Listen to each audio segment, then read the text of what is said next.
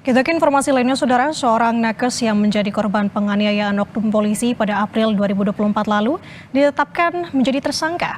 Sebelumnya, oknum polisi yang menganiaya nakes telah menjalani hukuman di Lapas Boalemo. Penganiayaan yang terjadi April lalu membuat nakes bernama Taufik mengalami patah hidung. Penganiayaan dipicu karena cemburu. Taufik yang sempat membela diri saat kejadian akhirnya melapor ke polisi. Saat itu, Saudara, Taufik mengaku dianiaya oknum polisi bernama Rahmat saat sedang tidur. Dalam kasus ini, oknum polisi tersebut diputus bersalah dan menjalani hukuman di lapas.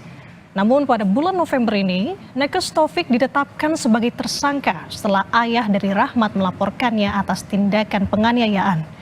Polisi menyebut penetapan tersangka terhadap nakes telah sesuai dengan prosedur. Sejak tanggal 7 November 2024, Polres Boalemo telah melakukan serangkaian tindakan penyidikan berupa penetapan tersangka atas nama Taufik Yenur alias Upik atas tindak pidana yang dilakukan oleh tersangka kepada korban atas nama Rahmat Duhe alias Dandi pada tanggal 17 April 2024 di Desa Mulumulahe, Kecamatan Pabuyaman.